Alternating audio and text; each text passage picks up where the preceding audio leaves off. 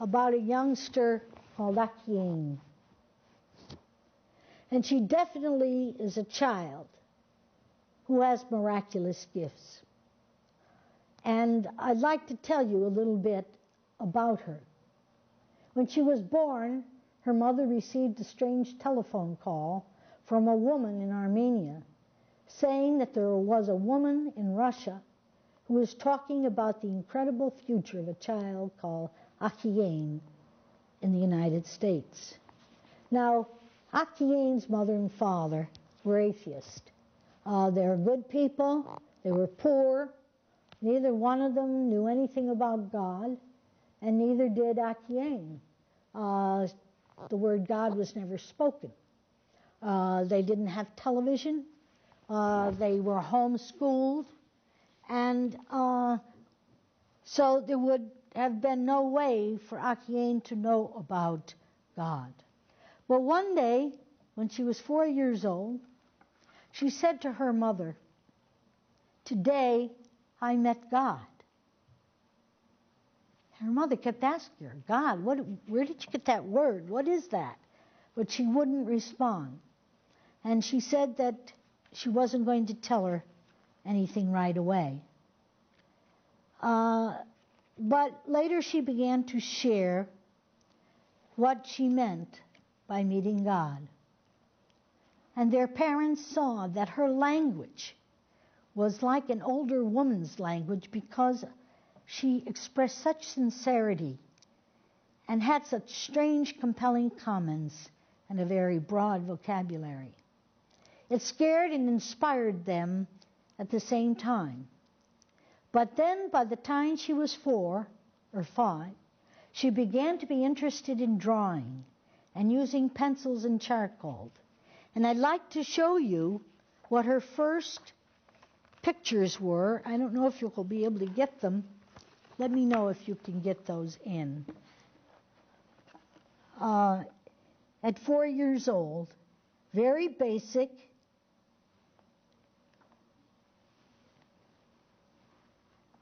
And then the progression at 5. And by the time she was 10 years old, her art was being shown in museums. And at one, I'm going to show you some of the tremendous, tremendous art. At one point, someone asked her, "What denomination do you belong to?" And she said, "I belong to God."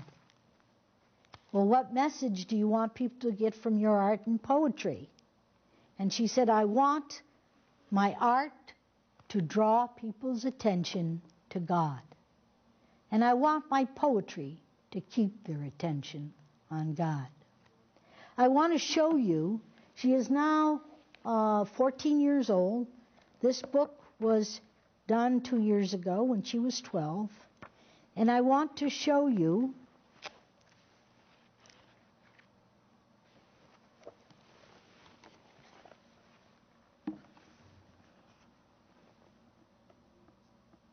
she has never had an art lesson. She says she sees these things in her visions. She meditates a great deal. She's with God a great deal. The picture that it says, "My sight cannot wait for me," for every picture, she has written a poem. The poetry that she has written is very deep. It's very difficult for me to understand, but I was able to glimmer a little bit about "My sight cannot wait for me." She wrote, "I cannot stop holding my brush on the blank canvas. I sign with blindfolded balance. I paint my own eyes blue, the color of the mind. Do footprints follow God's footsteps? Nobody hears what I see. We cannot trespass our Creator, and my sight cannot wait for me." I want you to see the one she did that she thinks most resembles her vision of Jesus.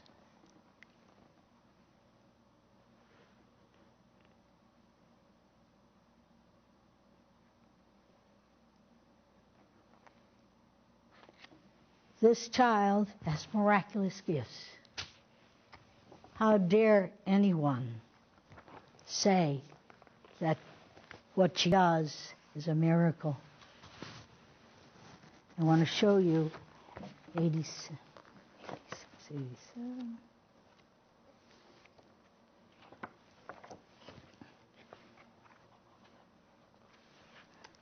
This is called Angelic Love.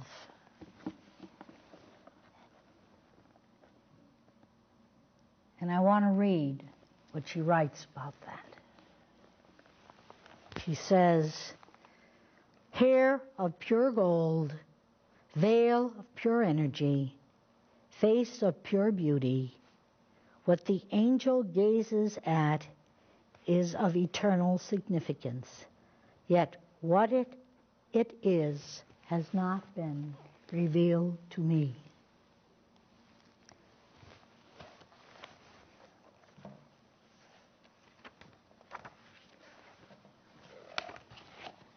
She has been on many, many different shows.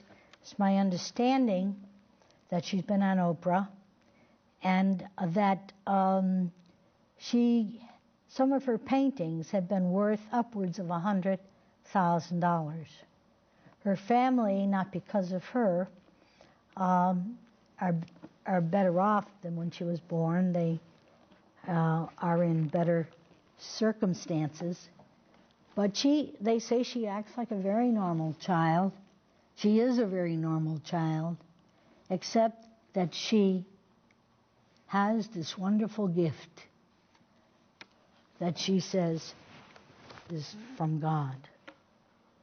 She said, right after my 11th birthday, I visualized my self-portrait through the view of a canvas and through the eyes of the Spirit.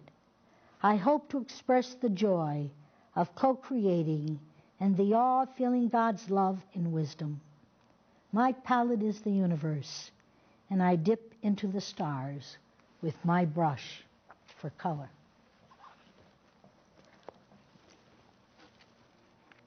I think one of the things that we have to remember is that out there are all kinds of people with wonderful, wonderful gifts, and that we ourselves are beautiful, beautifully created, and that Jesus has promised us that God's love desires that we come home to Him and become part of this universal energy. So I ask you to keep your hearts and your minds open to the voice of God, that small voice in the wilderness. Good night.